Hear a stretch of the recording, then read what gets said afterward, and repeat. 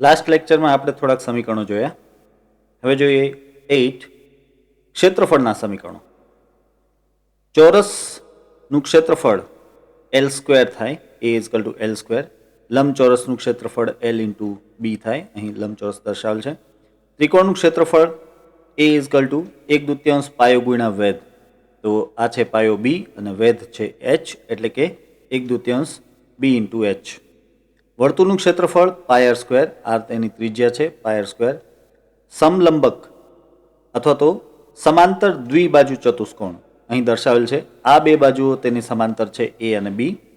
તો આવા સંજોગોમાં તેનું ક્ષેત્રફળ થાય A = 1/2 A + B × H, જ્યાં H એ બે સમાંતર બાજુઓ વચ્ચેનું અંતર છે. સબાચકો અથવા તો સમાંતર બાજુ ચતુષ્કોણ તેનું ક્ષેત્રફળ થાય A = B × H, જ્યાં B આ બાજુનું માપ છે અને H એ તેની બે સમાંતર બાજુઓ વચ્ચેનું અંતર છે. ઉપવલયનું ક્ષેત્રફળ થાય A = πAB, જ્યાં A એટલે આ લંબાઈ અને B એટલે આ લંબાઈ. આ લંબાઈને કહેવાય છે અર્ધ દીર્ઘ અક્ષ. પહેલા સમજી લ્યો કે ઉપવલયમાં આ લંબાઈને કહેવાય છે દીર્ઘ અક્ષ અને આ લંબાઈને કહેવાય છે લઘુ અક્ષ. તેમાંથી આ અડધું અંતર એટલે કે અર્ધ દીર્ઘ અક્ષ અને આ અર્ધ લઘુ અક્ષ એ બેનો ગુણાકાર ગુણ્યા પાઈ, તેને કહેવાય છે ઉપવલયનું ક્ષેત્રફળ. એ જ રીતે હવે સપાટીના ક્ષેત્રફળ જોઈએ. ગોળાની સપાટી પરનું ક્ષેત્રફળ A = 4πr², જ્યાં r તેની ત્રિજ્યા છે. નળાકારની સપાટીનું ક્ષેત્રફળ, નળાકારની સપાટીનું ક્ષેત્રફળ એટલે કુલ ક્ષેત્રફળની વાત થઈ અહીં, જેમાં તેની વક્ર સપાટીનું ક્ષેત્રફળ તેમજ સાઈડમાં જે બે વર્તુળાકાર સપાટીઓ આવશે તેનું પણ ક્ષેત્રફળ આવી ગયું. તો એ થશે A = 2πr². તમે સમજી શકશો કે વર્તુળાકાર સપાટીઓ બે છે એટલે તેનું ક્ષેત્રફળ થશે 2πr², અને જે વક્ર સપાટી છે તેનું ક્ષેત્રફળ થશે 2πrh. એટલે કુલ ક્ષેત્રફળ આ સમીકરણથી મળશે. સમઘનની સપાટીનું ક્ષેત્રફળ, આપણે જાણીએ છીએ કે સમઘનમાં કુલ 6 ચોરસ સપાટીઓ હોય, એટલા માટે થઈને 6L² આવશે. શંકુની સપાટીનું ક્ષેત્રફળ, આ અહીં શંકુ દર્શાવેલ છે. આ શંકુની જે વક્ર સપાટી છે તે અને અહીં નીચે જે તેનો વર્તુળાકાર પાયો છે તે એ બેનું કુલ ક્ષેત્રફળ લેવાનું છે. અહીં વર્તુળાકાર પાયાનું ક્ષેત્રફળ થશે πr², અને આ જે શંકુ આકારની વક્ર સપાટી છે તેનું ક્ષેત્રફળ થશે πrl, જ્યાં L એ આ બાજુનું માપ છે. વળી આ L સ્વાભાવિક છે કે √r² + h² પરથી મળશે. આ L = √r² + h². અહીં પાયથાગોરસ લગાડેલો છે. r તેની ત્રિજ્યા છે અને h એ તેની ઊંચાઈ છે. હવે જોઈએ કદના સમીકરણો. સમઘનનું કદ સ્વાભાવિક છે કે V = L³ લખાય. અહીં સમઘન દર્શાવેલ છે જેની બાજુનું માપ A છે, તો તેને આપણે A³ લખી શકીએ. લંબઘનનું ક્ષેત્રફળ V = L × B × H.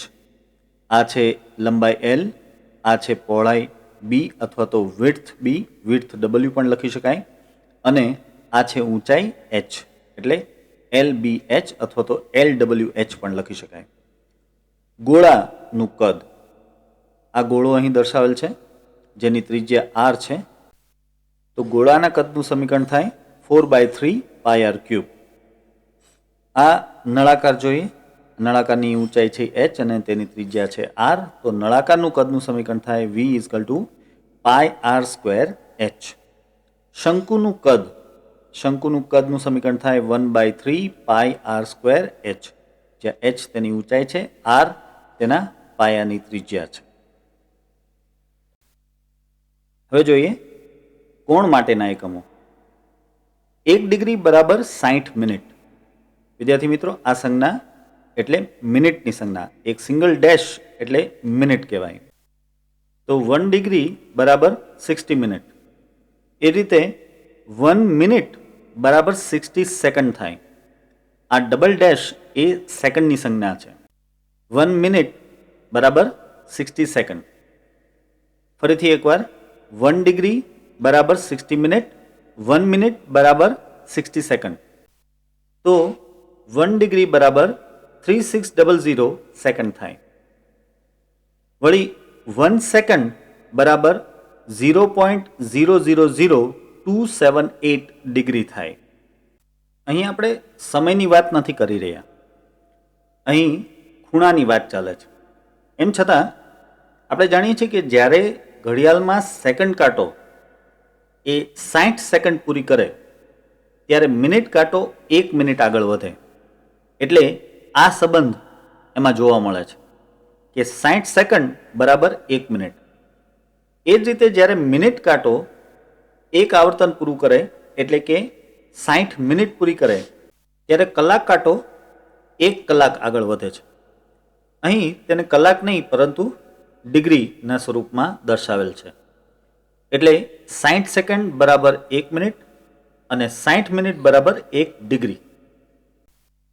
હવે ડિગ્રીને રેડિયનમાં ફેરવતા શીખીએ. તમે જાણો છો કે એકમ પદ્ધતિમાં સમતલ કોણનો એકમ રેડિયન છે, ડિગ્રી નહીં. માટે આપણે ડિગ્રીને રેડિયનમાં ફેરવવું પડે. તો 1 ડિગ્રી બરાબર π/180 રેડિયન થાય. અને કેલ્ક્યુલેટ કરીએ તો 0.01744 રેડિયન થાય. સ્વાભાવિક છે કે 1 મિનિટને રેડિયનમાં ફેરવીએ તો આ π/180 ને પાછા 60 વડે ડિવાઈડ કરવા પડશે. માટે π/60 × 180 રેડિયન થાય, જેનું મૂલ્ય મળશે 0.00029 રેડિયન. અને વળી 1 સેકન્ડને જો રેડિયનમાં ફેરવીએ તો આ π/180 ને 3600 વડે ભાગવા પડશે. માટે π/3600 × 180 રેડિયન. અને આ મૂલ્ય થશે 4.846 × 10⁻⁻6 રેડિયન. વિદ્યાર્થી મિત્રો, આ એક તમારે ખાસ યાદ રાખવાનું છે કે 1 second is equal two 4.846 × 10⁻⁻6 radian. ઘણી વખત આ 4.85 × 10⁻⁻6 રેડિયન કરીને પણ લખેલું જોવા મળશે. આ એક મૂલ્ય વારંવાર ઉપયોગમાં આવશે.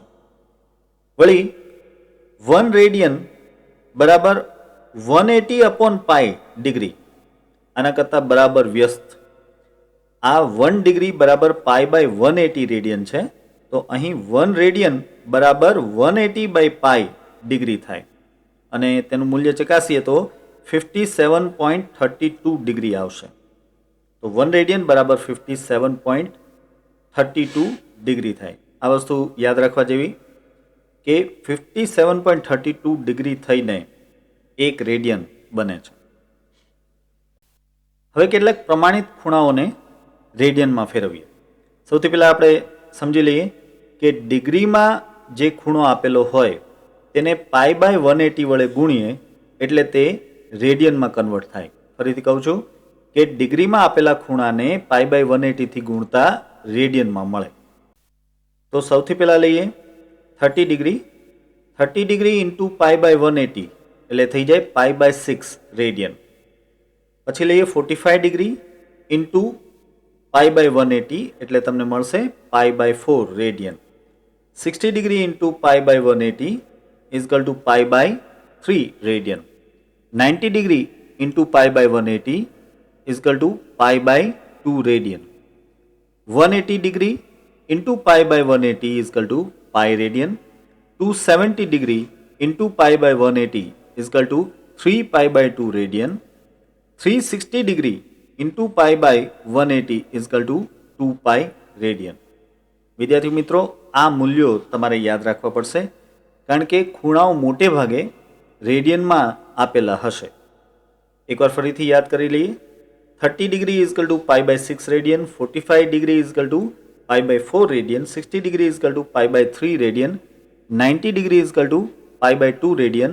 180 degree is equal to pi radian, 270 degree is equal to 3π/2 radian and 360 degree is equal to 2π radian.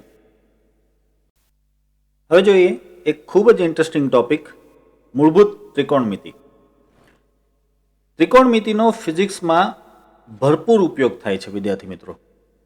તમે જોશો કે 11મામાંથી લઈને 12મા સુધીના કોઈ પણ પાઠમાં એવું નહીં બને કે ત્રિકોણમિતિનો એક યા બીજી રીતે ઉપયોગ ન આવ્યો હોય. માટે આ ટોપિક ઉપર ખાસ ધ્યાન આપજો. સૌપ્રથમ તમે જે ભણી ગયા છો તેવા સાદા બેઝિક સમીકરણો લઈએ, ત્યારબાદ થોડાક જટિલ સમીકરણો ઉપર જશું. સૌથી પહેલાં અહીં જો આ એક કાટકોણ ત્રિકોણ છે, જેમાં આ છે પાસેની બાજુ, આ છે સામેની બાજુ અને આ છે કર્ણ. અહીં ખૂણો થીટા છે, માટે થીટાની આ સામેની બાજુ હોવાથી તેને સામેની બાજુ અને આને પાસેની બાજુ કહેવામાં આવે છે. અહીં પાસેની બાજુને આપણે x વડે દર્શાવેલું છે, સામેની બાજુને y વડે અને કર્ણને r વડે દર્શાવેલ છે. સૌપ્રથમ અહીં પાયથાગોરસ લાગુ પડશે. પાયથાગોરસ મુજબ કર્ણનો વર્ગ બરાબર બંને બાજુના વર્ગનો સરવાળો, માટે તેમાંથી કર્ણ બરાબર થશે, કર્ણ r બરાબર થશે √(x²+y²). હવે આ કાટકોણ ત્રિકોણ માટે સાઇન થીટા બરાબર થાય સામેની બાજુ છેદમાં કર્ણ, માટે આપણે લખી શકશું સાઇન થીટા બરાબર y/r. અને કારણ કે r બરાબર √(x²+y² છે, માટે y/√(x²+y². કોસ થીટા બરાબર પાસેની બાજુ છેદમાં કર્ણ, તમને સમીકરણ ખબર છે, માટે કોસ થીટા બરાબર x/r અને તો x/√(x²+y² લખી શકાય. ટેન થીટા બરાબર સાઇન થીટાના છેદમાં કોસ થીટા, માટે ટેન થીટા બરાબર opposite side upon adjacent side. Opposite side એટલે કે સામેની બાજુ અને એડજસન્ટ સાઇડ એટલે કે પાસેની બાજુ, તો OS/AS. પણ અહીં OS એટલે y છે અને AS એટલે x છે, માટે ટેન થીટા બરાબર y/x થશે. આ ઉપરાંત તમે જાણો છો કે કોસેક થીટા એ સાઇન થીટાનો વ્યસ્ત છે, એટલે કે 1/sin થીટા. સેક થીટા કોસનો વ્યસ્ત છે, એટલે કે 1/cos થીટા. અને કોટ થીટા એ ટેનનો વ્યસ્ત છે, માટે કોટ થીટા = 1/tan થીટા. હવે જોઈએ એક અગત્યની વસ્તુ, ઓલ STC પોઝિટિવિટી, એટલે કે કયો વિધેય કયા ચરણમાં ધન છે તે દર્શાવતી માહિતી. એ માટે સૌથી પહેલા આ આકૃતિ ઉપર ધ્યાન આપો. અહીં કાર્તેશિયન પદ્ધતિ દર્શાવેલી છે. અહીં 0 ડિગ્રી, ત્યારબાદ 90 ડિગ્રી, 180 ડિગ્રી અને 270 ડિગ્રી અને 360 ડિગ્રી. અહીં વિદ્યાર્થી મિત્રો તમને ખ્યાલ હશે કે આ પ્રથમ ચરણ કહેવાય, આ દ્વિતીય ચરણ કહેવાય, આ તૃતીય ચરણ કહેવાય અને આ ચતુર્થ ચરણ કહેવાય. હવે આ ચારેય ચરણમાં કયો વિધેય ધન છે કે ઋણ છે તે દર્શાવતી માહિતી એટલે ઓલ STC. અહીં ઓલ લખ્યો છે, એનો મતલબ કે બધા જ વિધેયો sine theta, cos theta, tan theta એ ત્રણેય વિધેયો અહીં ધન થશે. અહીં S લખ્યું છે, એનો મતલબ કે સાઇન એક જ વિધેય અહીં ધન થશે, કોસ અને ટેન ઋણ થશે. અહીં T લખ્યો છે, તેનો મતલબ કે ત્યાં ટેન વિધેય ધન થશે, સાઇન અને કોસ ઋણ થશે. અને અહીં C લખ્યો છે, તેનો મતલબ થાય કે અહીં કોસ વિધેય ધન થશે અને સાઇન અને ટેન વિધેયો ઋણ થશે. આમ અહીં બધા વિધેયો ધન, અહીં સાઇન ધન. હવે સાઇન ધન છે તો કોસેક પણ ધન જ થાય. અહીં ટેન ધન છે તો કોટ પણ ધન થાય. અહીં કોસ ધન તો કોસની સાથે સેક પણ અહીં ધન થાય. બાકીના વિધેયો આપેલા ચરણમાં ઋણ હશે. આ વાતને દર્શાવવા માટે થઈને આ કોષ્ટક જુઓ. અહીં ક્વોડ્રન્ટ એટલે કે ચરણ સાઇન થીટા, કોસ થીટા અને ટેન થીટા દર્શાવેલું છે. અને આ છે ચરણ 1, 2, 3, 4. અને પ્રથમ ચરણમાં જેવું કે આપણે વાત કરી કે બધા જ વિધેયો ધન છે. બીજા ચરણમાં સાઇન વિધેય ધન છે, કોસ અને ટેન ઋણ છે. ત્રીજા ચરણમાં ટેન વિધેય ધન છે, સાઇન અને કોસ ઋણ છે. અને ચોથા ચરણમાં કોસ વિધેય ધન છે, જ્યારે કે સાઇન અને ટેન ઋણ છે. વિદ્યાર્થી મિત્રો, આ ઓલ STC પોઝિટિવિટી તમારે ખાસ યાદ રાખવાની છે. હવે આપણે જોઈએ એક ખૂબ જ અગત્યનો ચાર્ટ. વિદ્યાર્થી મિત્રો, શક્ય હોય તો આ ચાર્ટને એક પ્રિન્ટઆઉટ કાઢીને તમારા કબાટ ઉપર ચોંટાડી લેજો. આ ખૂબ જ ઉપયોગી થશે. તમે જોઈ શકો છો એમ કે આ છે પ્રથમ ચરણ, આ દ્વિતીય ચરણ, આ તૃતીય ચરણ અને આ ચોથું ચરણ. અહીં ખૂણાઓ દર્શાવેલા છે 0 ડિગ્રી, 90 ડિગ્રી, અથવા તો રેડિયનમાં કહીએ તો π/2, 180 ડિગ્રી અથવા રેડિયનમાં પાઈ, 270 ડિગ્રી અથવા તો રેડિયનમાં 3π/2 અને 360 ડિગ્રી એટલે કે રેડિયનમાં 2π. આગળ વાત કરીએ એમ કે અહીં પહેલા ચરણમાં ઓલ બધા જ વિધેયો ધન છે, બીજા ચરણમાં સાઇન વિધેય ધન છે, ત્રીજા ચરણમાં ટેન વિધેય ધન છે અને ચોથા ચરણમાં કોસ વિધેય ધન છે. હવે આ દરેક ચરણમાં ખૂણો દર્શાવવાની એક રીત પહેલા સમજી લઈએ. જો ખૂણો 90 - θ એવું લખેલો છે તો એનો મતલબ કે એ પ્રથમ ચરણ દર્શાવે છે. જો ખૂણો 90 + θ અથવા તો 180 - θ લખેલ છે, સ્વાભાવિક છે કે આ બાજુનો ખૂણો 90 + θ લખી શકાય અને આ બાજુથી વિચારીએ તો 180 - θ પણ લખી શકાય. તો જો ખૂણો 90 + θ અથવા તો 180 - θ લખેલ છે તો એ બીજું ચરણ દર્શાવે છે. અને જો ખૂણો 180 + θ અથવા તો 270 - θ લખેલ છે, સ્વાભાવિક છે કે આ ચરણમાં 180 + θ અથવા તો 270 - θ દર્શાવી શકાય.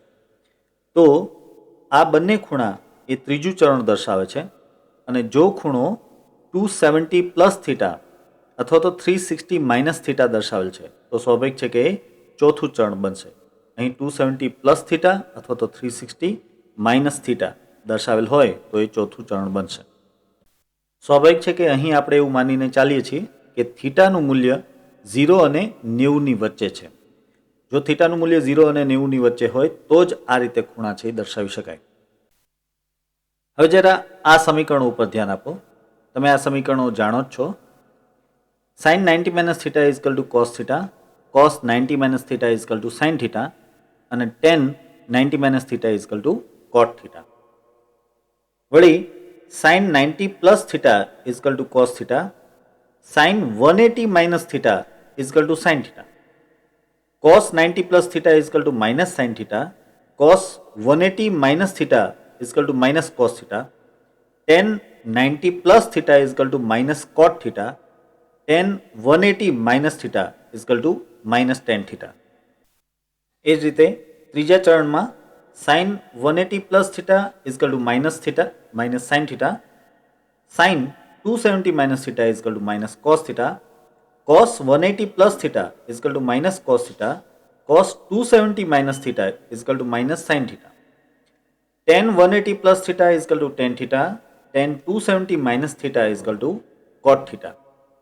ચોથા ચરણમાં sin 270 + θ = cos θ, sin 360 - θ = sin θ, cos 270 + θ = sin θ, cos 360 - θ = cos θ, tan 270 + θ = cot θ, tan 360 - θ = tan θ. સ્વાભાવિક છે કે આ જોતા જ યાદ રાખવું બહુ જ મુશ્કેલ લાગશે, પણ એ માટે એક સરળ રીત સમજી લો જેનાથી આ ખૂબ જ સરળતાથી યાદ રહી જશે. બધા જ મૂલ્યોને અલગ અલગ યાદ રાખવા નહીં પડે. જો સૌથી પહેલાં એક વસ્તુ જોવાની કે અહીં બધા જ વિધેયો ધન છે, માટે એક વસ્તુ જુઓ કે અહીં બધા જ વિધેયોના જવાબ ધન આવ્યા છે. આ જે બધા સાઇન, કોસ અને ટેન વિધેય છે તેના જવાબ અહીં ધન આવ્યા છે. આ બીજા ચરણમાં સાઇન વિધેય ધન છે, માટે જુઓ કે સાઇન વિધેયનો જ જવાબ ધન છે. આ સાઇન વિધેયનો જવાબ ધન છે, પરંતુ કોસ અને ટેન વિધેયના જવાબો ઋણ છે. ત્રીજા ચરણમાં ટેન વિધેય ધન છે, માટે તમે જોઈ શકો છો કે સાઇન વિધેયના જવાબો ઋણ છે, કોસના પણ જવાબો ઋણ છે, માત્ર ટેન વિધેયના જવાબો ધન છે. ચોથા ચરણમાં કોસ વિધેય ધન હોય, માટે તમે જોઈ શકો છો કે સાઇન વિધેયના જવાબો ઋણ છે, કોસ વિધેયના જ જવાબો ધન છે, ટેન વિધેયના જવાબો પાછા ઋણ છે. હવે બીજી વાત, એક વસ્તુ યાદ રાખજો કે જો અહીં 90 અથવા તો 270 હોય, અહીં 90 અથવા તો 270 હોય તો એવા સંજોગોમાં કોસ વિધેયનો સાઇન થાય, સાઇન વિધેયનો કોસ થાય, ટેનનો કોટ થાય. પરંતુ જો અહીં 180 હોય, જેવું કે અહીં દર્શાવેલ છે 180 હોય અથવા તો 360 હોય, તો વિધેય બદલાશે નહીં, એટલે કે સાઇન વિધેય સાઇન રહેશે, કોસ કોસ રહેશે અને ટેન ટેન રહેશે. હવે જોઈએ, જેવું કે આપણે વાત કરી ચૂક્યા છીએ, અહીં બધા જ વિધેયો ધન આવશે, એટલે સાઇન 90 માઇનસ થીટા, 90 છે એટલે સાઇનનો કોસ થઈ જાય, કોસ થીટા ધન આવશે. કોસ 90 માઇનસ થીટા, 90 છે એટલે કોસનો સાઇન થાય, એટલે સાઇન થીટા અને ધન આવશે. સ્વાભાવિક છે કે પેલું ચરણ છે. હવે ટેન 90 માઇનસ થીટા, 90 છે માટે કોટ થઈ જશે, તો કોટ થીટા પેલું ચરણ છે એટલે ધન આવશે. હવે આપણે રેન્ડમલી ગમે તે ચરણમાં ગમે તે મૂલ્યને જોઈએ. દાખલા તરીકે આ જોઈએ, જો અહીં કોસ 270 પ્લસ થીટા છે. હવે કારણ કે 270 છે માટે અહીં કોસનો સાઇન થઈ જશે, માટે આ થઈ જાય સાઇન થીટા. અને આ કોસ વિધેય છે જે ચોથા ચરણમાં છે, તો સ્વાભાવિક છે કે પ્લસ આવશે, માટે આનો જવાબ છે પ્લસ સાઇન થીટા છે. તેના બદલે જો કોસ 270 માઇનસ થીટા લઈએ, તો પહેલાં તો 270 માઇનસ થીટા એટલે ચરણ થયું ત્રીજું. ત્રીજા ચરણમાં કોસ વિધેય એ ઋણ હોય, કારણ કે ટેન વિધેય ધન હોય તો કોસ વિધેય ઋણ હોય, અને કારણ કે અહીંયા 270 ડિગ્રી છે માટે કોસનો સાઇન થશે, તો એક કે કોસનો સાઇન એટલે આ સાઇન થઈ ગયો, અને કારણ કે 270 માઇનસ થીટા છે જેમાં કોસ ઋણ હોય માટે અહીંયા ઋણ નિશાની આવશે. યાદ રાખજો કે આ વિધેય ડાબી બાજુનો વિધેય એ આપેલા ચરણમાં ધન છે કે ઋણ છે એ તમારે જોવાનું, કારણ કે જવાબ આપનાર ડાબી બાજુનો વિધેય છે, જમણી બાજુએ જે વિધેય છે એ તો જવાબ પોતે છે. હવે એ જ રીતે હજી એક જોઈએ, દાખલા તરીકે આ જોઈએ, ટેન 90 પ્લસ થીટા, એટલે સ્વાભાવિક છે કે બીજું ચરણ થયું. બીજા ચરણમાં સાઇન ધન હોય પણ ટેન તો ઋણ આવશે, માટે એનો જવાબ આવશે ઋણ.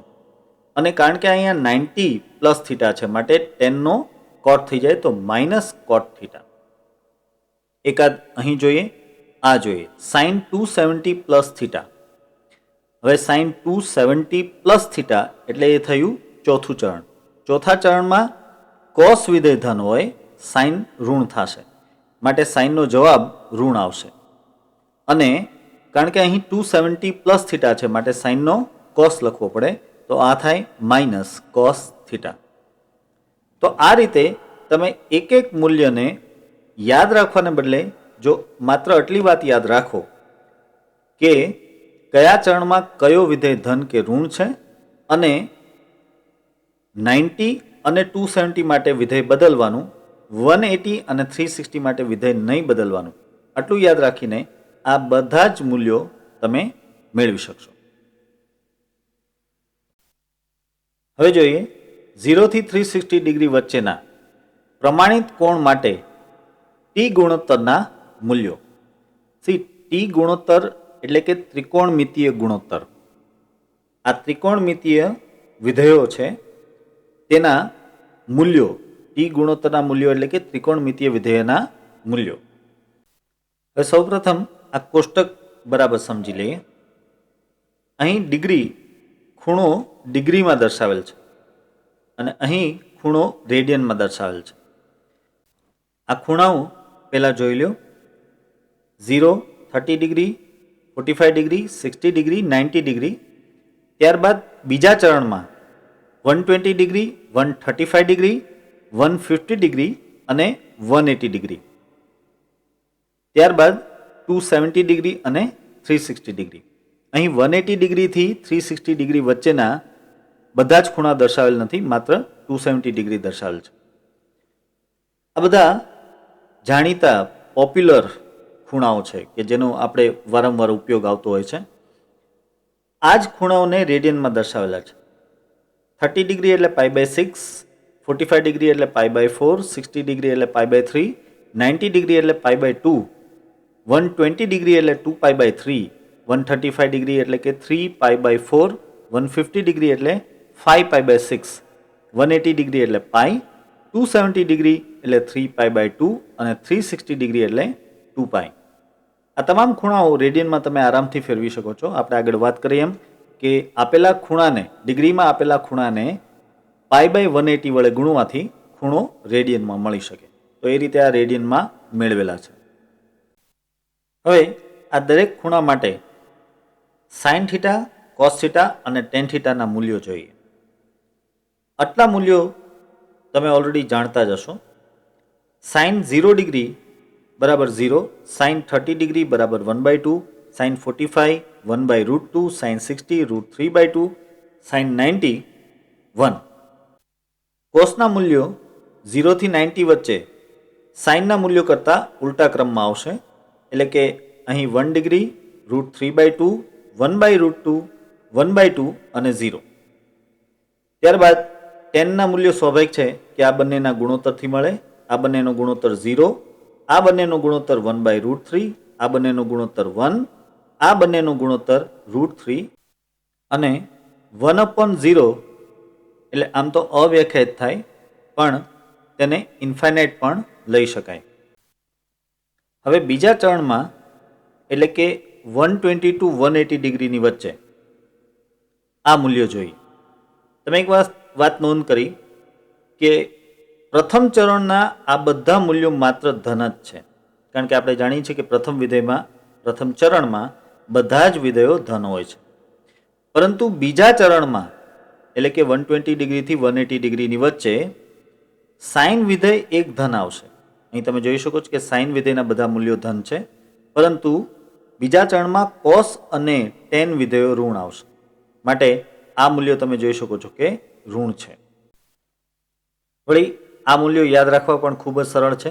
તમે જોઈ શકો છો કે 60 ડિગ્રીના મૂલ્યો 120 ડિગ્રીમાં રિપીટ થયા છે, પરંતુ જે ધન અને ઋણ છે તે વિધેય દ્વારા નક્કી થાય છે. અહીં સાઇન 60 √3/2 છે તો સાઇન 120 પણ √3/2 છે. કોસ 60 1/2 છે તો અહીં કોસ 120 પણ 1/2 છે, પરંતુ કારણ કે કોસ વિધેય બીજા ચરણમાં ઋણ હોય માટે આ માઇનસ છે. ટેન 60 √3 છે તો અહીં ટેન 120 ડિગ્રી એ √3 છે, પરંતુ કારણ કે ટેન વિધેય બીજા ચરણમાં ઋણ છે માટે અહીં ઋણ નિશાની આવશે.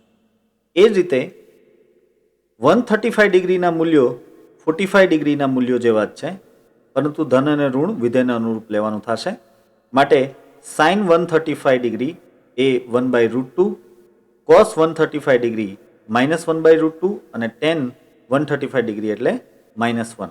તમે જોઈ શકો છો કે આ જ મૂલ્યો અહીં રિપીટ થયા છે. એ જ રીતે 30 ડિગ્રીના મૂલ્યો 150 ડિગ્રીમાં રિપીટ થાય છે. અહીં 1/2, અહીં પણ 1/2, અહીં √3/2, પરંતુ ચરણ બીજું છે માટે કોસમાં અહીં -√3/2 અને ટેનમાં પણ અહીં -1/√3. ત્યારબાદ સાઇન 180 ડિગ્રી = 0, કોસ 180 ડિગ્રી = -1 અને ટેન એટલે આ બંનેનો ગુણોત્તર એટલે 0. સાઇન 270 ડિગ્રી એટલે -1, કોસ 270 ડિગ્રી એટલે 0, આ બંનેનો ગુણોત્તર એટલે ટેન 270 ડિગ્રી -ઇન્ફાઇનાઇટ. 360 ડિગ્રી એટલે બેઝિકલી 0 ડિગ્રીના જ મૂલ્યો રિપીટ થશે, માટે આ 0, અહીં પણ 0, કોસમાં અહીં 1 તો અહીં 1 અને ટેનમાં અહીં 0 તો અહીં પણ 0. અહીં તમે એક વસ્તુ નોંધ કરી હશે કે 0 ડિગ્રીની બરાબર સામેનો ખૂણો એ 180 ડિગ્રી થાય. આપણે કાર્ટેશિયન યામ પદ્ધતિમાં વાત કરીએ તો 0 ડિગ્રીની બરાબર સામેનો ખૂણો 180 ડિગ્રી થાય. તો અહીં તેના મૂલ્યો તપાસો. આ 0 તો અહીં પણ 0, આ 1 તો અહીં -1, અહીં 0 તો અહીં પણ 0. અહીં કોસ માઇનસ શું કામ થયો? કારણ કે 180 ડિગ્રી એ બીજા અને ત્રીજા ચરણ બંનેની વચ્ચે આવે છે, અને બીજા અને ત્રીજા ચરણ બંનેમાં કોસ માઇનસ છે, માટે આ આવશે -1.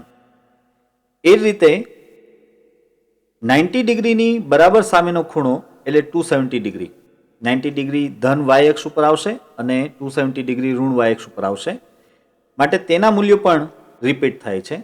આ 1 તો અહીં -1, આ 0 તો આ 0, આ ઇન્ફાઇનાઇટ તો આ -ઇન્ફાઇનાઇટ.